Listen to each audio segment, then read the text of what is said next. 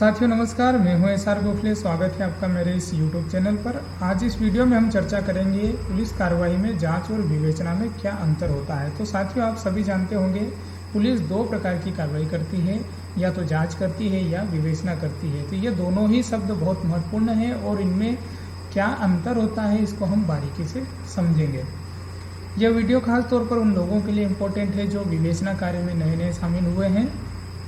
साथ ही साथ आम जनता के लिए भी यह बहुत ही इम्पोर्टेंट वीडियो है, क्योंकि इस वीडियो को देखने के बाद आम जनता की जो पुलिस के प्रति भावनाएं हैं उनमें सकारात्मक चेंजेस आएगा। साथ ही साथ पुलिस की कार्यवाही के प्रति आम जनता का विश्वास और बढ़ेगा। देर न करते हुए इस टॉपिक को हम आगे बढ़ाते हैं। और यदि आप पहली बार मेरे चैनल पर आए हैं तो इसे सब्सक्राइब ज़रूर करें, बेल आइकन को भी दबाएं ताकि नेक्स्ट आने वाले वीडियो आपको जल्दी से पता चले। और अंत में यदि वीडियो आपको अच्छा लगे तो लाइक ज़रूर करें।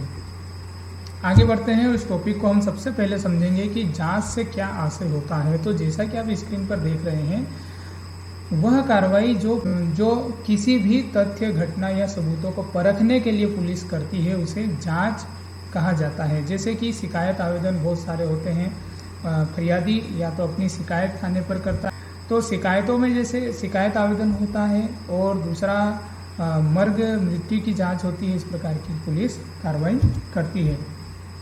तो शिकायतों की जांच कैसे होती है इसको भी हम समझ लेते हैं। जांच के दौरान घटना व तथ्यों से संबंधित साक्ष्य संकलित किए जाते हैं तथा साक्षियों के कथन ले करके साक्षियों के कथनों पर उनके हस्ताक्षर भी लिए जाते हैं। तो इसमें जांच करने वाले पुलिस अधिकारी को जांचकर्ता अधिकारी कहा जाता है। तो इस प्रकार से शिकायतें जांच होती है। कभी कभी शिकायत आवेदन पुलिस को डायरेक्ट पुलिस थाने पर भी प्राप्त होते हैं, और कभी कभी व्यक्ति सीधे वरिष्ठ कार्यालय संपर्क करके वहां पर अपने शिकायत आवेदन देता है। तो इस प्रकार शिकायत आवेदन में जांच होती है। और जांच के दौरान पुलिस अधिकारी क्या करते हैं, आवेदक और अनावेदक दोनों को तलब करके, यानी कि थाने पर बुलाकर या फिर मौके पर जाकर दोनों के बयान लेख करती है और मामले को सुलझाने का प्रयास करती है।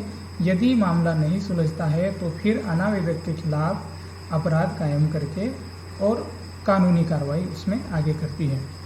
तो इस तरह से ये कार्रवाई जांच में होती है। अब जांच में जो दूसरा हमने बताया था कि मर्ग भी जांच होता है, तो मर्ग जांच में क्या होता है कि जैसे सीआरपीसी की धारा 174 से 176 के अंतर्गत कोई भी मृत्यु की सूचना आती है तो पुलिस उसमें जांच करती है। तो जांच के दौरान पुलिस क्या करेगी, उसमें घटना व तथ्यों से संबंधित साक्ष्य संकलित करती है और साक्षियों के कथन लेकर के साक्षियों के कथनों पर उनके हस्ताक्षर करवाती है। अब मर्ग की जांच के दौरान क्या महत्वपूर्ण बिंदु है उन पर हम चर्चा करेंगे। तो सबसे पहले तो देखो, कोई भी मृत्यु की सूचना मिलती है, यदि बॉडी घटना स्थल पर है तो पुलिस मौके पर जाकर घटना स्थल का नक्शा मुखा बनाती है, सफीना फार्म जारी करके पंचानों को तलब करती है। उसके बाद लाश पंचायतनामा लेख करती है। यदि घटना स्थल पर कोई सेंसिटिव वस्तु पाई जाती है तो उसे जब्ती करके जब्ती पंचनामा बनाती है। उस मृतक के संबंध में यदि मृत्यु का सही कारण नहीं मालूम है तो सही कारण जानने के लिए पंचानों की सम्मति से लाश का पीएम करवाना उचित रहता है। इसलिए पीएम के लिए सरकारी अस्पताल लाश को भेजा जाता है। पीएम करने के बाद में या पीएम की कार्रवाई होने के बाद में परिजन यदि उपस्थित है तो अंतिम संस्कार के लिए शव सुपुर्द कर दिया जाता है और शव प्राप्ति रसीद भी ली जाती है। इसके बाद फिर होता है साक्षियों के कथन, जो कि उसके परिजन भी हो सकते हैं या फिर घटना स्थल पर जो प्रत्यक्षदर्शी है जिन्होंने घटना को देखा है उनके भी कथन हो सकते हैं। तो इस प्रकार से ये मर्ग जांच होती है। अब दूसरा जो होता है कार्रवाई विवेचना। अब यहाँ पर आपने देख लिया होगा कि पुलिस पहली कार्रवाई कौन सी करती है, जांच की। तो जांच में क्या क्या पाया, जांच से यदि कोई अपराध घटित होना पाया जाता है तो फिर वो अपराध कायम हो जाता है। और अपराध कायम होता है सीआरपीसी की धारा 154 के तहत एफआईआर दर्ज होती है और विवेचना यहाँ से शुरू होती है, क्योंकि एफआईआर का जो अनुसंधान किया जाता है उसे ही विवेचना कहा जाता है। जैसे कि सभी प्रकार के अपराधों में पुलिस विवेचना करती है। विवेचना करने वाले अधिकारी को पुलिस अनुसंधानकर्ता अधिकारी कहा जाता है। तो अब हम देखेंगे कि कैसे होती है अपराधों की विवेचना। सामान्य तौर पर आपने देखा होगा कोई भी अपराध घटित होता है, जैसे कि उदाहरण के तौर पर हम लेते हैं मारपीट का मामला 294, 323, 506 या गाली गलौज वगैरह।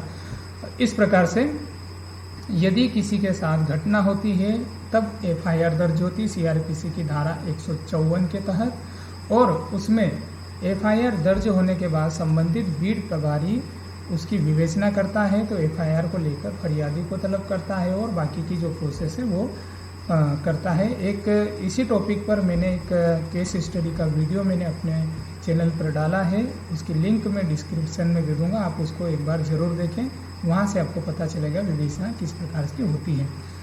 अब हम देखते हैं, फिर इस टॉपिक को आगे बढ़ाते हैं। विवेचना के दौरान घटना व तथ्यों से संबंधित साक्ष्य संकलित किए जाते हैं तथा साक्ष्यों के कथन लेख किए जाते हैं। अब यहाँ पर देखिए, जो जांच हुई थी उसमें साक्ष्यों के कथन हुए थे और साक्ष्यों के हस्ताक्षर भी हुए थे, लेकिन विवेचना के दौरान साक्ष्यों के हस्ताक्षर नहीं लिए जाते, ये सीआरपीसी में प्रावधान है। इसके बाद क्या होता है, घटना स्थल का नक्शा मौका और जब्ती पंचनामा। जैसे मान लो कि मर्ग जांच के दौरान यदि अपराध घटित होना पाया जाता है, यानी कि कोई मर्ग है, मृत्यु किसी की जांच पुलिस अधिकारी कर रहा है और उसमें पता चलता है कि उसको मारा है या फिर हत्या से संबंधित कोई मामला है, दुर्घटना से संबंधित मामला है, तो फिर संबंधित के खिलाफ अपराध पंजीबद्ध होता है। तो मर्ग में यदि एक बार घटना स्थल का नक्शा मौका बन गया है तो फिर दोबारा अपराध में उसको नक्शा मौका बनाने की आवश्यकता नहीं पड़ती है। फिर उसके बाद यदि अपराध की विवेचना और होती है तो तथ्य और सामने आते हैं, और अगर कोई वस्तुएं बरामद होने जैसी स्थिति में है जिनका उस अपराध में उस केस को मजबूत करने में बहुत महत्वपूर्ण भूमिका होती है, तो उनको फिर दोबारा जब्त करके जब्ती पंचनामा बनाया जाता है। तो जब्ती पंचनामा समय समय पर और आगे भी बन सकता है। अब विवेचना में अपराध घटित होता है और यदि सिद्ध पाया जाता है और उसमें भी यदि आरोपी ज्ञात है तो आरोपी के विरुद्ध अंतिम प्रतिवेदन न्यायालय में पेश किया जाता है। तो ये पहली कंडीशन है विवेचना की, जब विवेचना पूर्ण हो जाती है। अब दूसरी कंडीशन ये है कि विवेचना पूर्ण हो गई है, यदि आरोपी अज्ञात होता है तो प्रकरण में खात्मा की कार्रवाई की जाती है, क्योंकि विवेचना पूरी हो गई है, कोई अपराध से संबंधित है जिसमें आरोपी अज्ञात है, किसने अपराध घटित किया इसकी कोई जानकारी नहीं है, और विवेचना के दौरान भी उस आरोपी के तलाश करने के भरसक प्रयास किए गए हैं लेकिन पुलिस को कोई सुराग नहीं मिलता है। तो उस कंडीशन में जो प्रकरण है, जो एफआईआर है, उसमें खात्मा की कार्रवाई की जाती है। और आप यहाँ पर ये जो महत्वपूर्ण शब्द है इनको आप अंडरलाइन करें या फिर नोट करके भी रखें कि अंतिम प्रतिवेदन क्या होता है, खात्मा क्या होता है, और नीचे जो तीसरी कंडीशन मैं बता रहा हूँ खारिजी की, तो खारिजी की कंडीशन ये है कि जब विवेचना में कोई अपराध घटित होना नहीं पाया जाता है तो प्रकरण में खारिजी की कार्रवाई की जाती है। जो भी जांच होती है या विवेचना होती है उनमें कथन लिए जाते हैं, ये एक महत्वपूर्ण टॉपिक था। कथन किन किन के लिए जाएंगे इसके बारे में भी हम चर्चा करते हैं। तो पहले तो है जांच के मामले में आवेदक और अनावेदक दोनों के ही कथन होंगे और दोनों के कथनों पर हस्ताक्षर भी होंगे। उसके बाद आता है फरियादी के कथन होंगे, पीड़ित के कथन होंगे, फरियादी व पीड़ित के द्वारा बताए गए साक्षियों के भी कथन होंगे, और घटना स्थल के आसपास रहने वाले स्वतंत्र साक्षियों के भी कथन लिए जाएंगे। लेकिन यदि कथन किसी अपराध के संबंध में है तो इनमें दिए गए कथनकर्ता के हस्ताक्षर कथन पर नहीं लिए जाते हैं, ये विशेष आपको ध्यान रखना है। बाकी जो जांच संबंधी जितने भी प्रकरण हैं उसमें आवेदक, अनावेदक और साक्षियों के हस्ताक्षर लिए जाते हैं। कि जांच के दौरान आवेदक, अनावेदक दोनों तथा साक्षियों के कथन लेख किए जाते हैं, जबकि अनुसंधान में फरियादी व साक्षियों के कथन लेख किए जाते हैं। यानी कि इसमें जो आरोपी पक्ष है उसके कथन लेख नहीं किए जाते हैं, ये अनुसंधान वाली कार्रवाई है। कोई आरोपी है, उसके द्वारा अपराध घटित किया गया, अब अपराध घटित किया गया है और उसमें यदि उसने कोई संसाधनों का उपयोग किया है, जो अपराध घटित करने के बाद वो संसाधन किसी अन्यत्र स्थान पर छुपा देता है, तब पूछताछ में या फिर अनुसंधान में आरोपी यदि कहता है कि हाँ मैंने अपराध घटित किया है और अपराध से संबंधित जो संसाधन है मैंने फला जगह पर छुपा के रखे हैं, तो उस प्रकार उस कंडीशन में पुलिस मेमो तैयार करती है और मेमो को लेखबद्ध करने के बाद में फिर आरोपी द्वारा बताए गए स्थान पर से वो संसाधन जब्त करती है। फिर वहीं पर जब्ती पंचनामा बनता है और विधिवत कार्रवाई होती है। सीआरपीसी की धारा 160 के तहत नोटिस तामील करके या नोटिस द्वारा साक्षियों को कथन के लिए तलब किया जाता है। तलब का मतलब होता है बुलाया जाता है कि आपको संबंधित मामले में कथन के लिए पुलिस थाने पर आना है या फिर पुलिस जहां बताती हो उस स्थान पर आना है।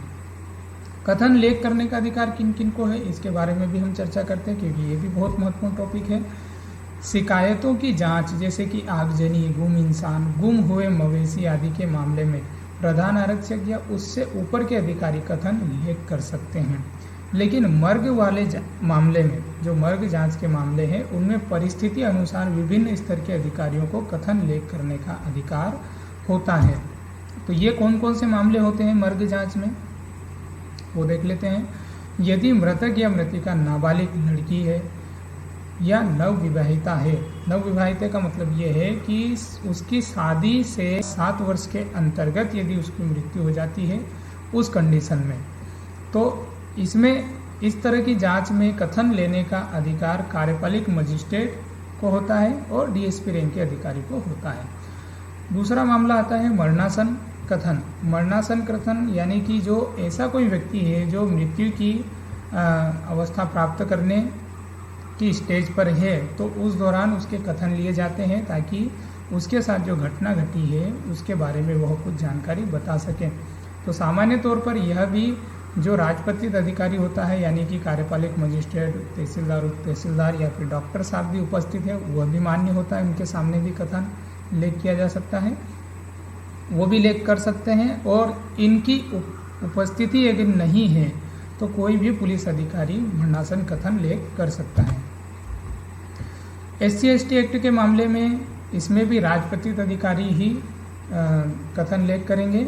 NDPS एक्ट के मामले में ASI जो सहायक उप निरीक्षक होता है पुलिस विभाग में, वह या उससे ऊपर के पुलिस अधिकारी NDPS एक्ट के मामले में कथन लेख कर सकते हैं।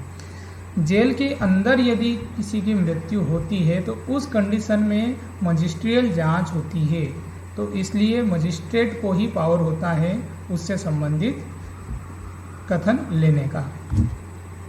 इसके बाद भ्रष्टाचार के मामले में डीएसपी रैंक के अधिकारी ही कथन लेख कर सकते हैं। महिला संबंधी मामलों में महिला अधिकारी होंगे। तो इस प्रकार से ये मामला यहाँ पर मैंने आपको बताया कि जांच और विवेचना में क्या अंतर होते हैं। अब कथन जो भी लेख किए जाते हैं, कथन के 3 भाग होते हैं, यानी कि कथन को 3 भागों में बांटा जाता है। तो पहला भाग होता है साक्षियों का परिचय। अब साक्षियों का परिचय होता है और उसके बाद जैसे कि उसमें नाम या पता होता है, मोबाइल नंबर आदि होता है। दूसरा भाग होता है घटना के बारे में बताए गए तथ्य जो साक्षी ने बताए हैं। और तीसरा जो भाग होता है उसमें घटना से संबंधित यदि हम कोई तथ्य साक्षी से पूछ रहे हैं तो वो जो बताता है उस प्रश्नों के प्रत्युत्तर में, तो उनको भी हम यहाँ पर लेखबद्ध करते हैं। और यहाँ पर नोट 1 मैंने दे रखा है, यदि विवेचना अधिकारी को ऐसा लगे कि साक्षी अपने बयान से मुकर जाएगा, अपराधों के मामले में है, यहाँ पर अनुसंधान के मामले में है, यदि कोई साक्षी विवेचना अधिकारी को यदि ऐसा लगता है कि कोई साक्षी अपने बयान से मुकर जाएगा, तो सीआरपीसी की धारा 164 के तहत मजिस्ट्रेट के समक्ष पेश करके उसके कथन कराए जा सकते हैं। उसके बाद जो भी साक्षी है वह अपने कथन से मुकर नहीं सकता। तो ये जो पूरा मामला था और जांच और अनुसंधान में क्या अंतर है, इसके बारे में मैंने यहाँ आपको ब्रीफ किया और आशा करता हूँ कि ये वीडियो आपको काफ़ी अच्छा लगा होगा, बहुत कुछ जानकारी आपको सीखने को मिली होगी। यदि अच्छा लगा है तो लाइक ज़रूर करें। कोई बातें यदि छूट गई हो या फिर आपके मन में कोई प्रश्न है तो उसे कमेंट सेक्शन में लिख के ज़रूर मुझसे पूछ सकते हैं। आपकी कोई सलाह हो तो वह भी मुझे कमेंट सेक्शन में दे सकते हैं। Thank you for watching.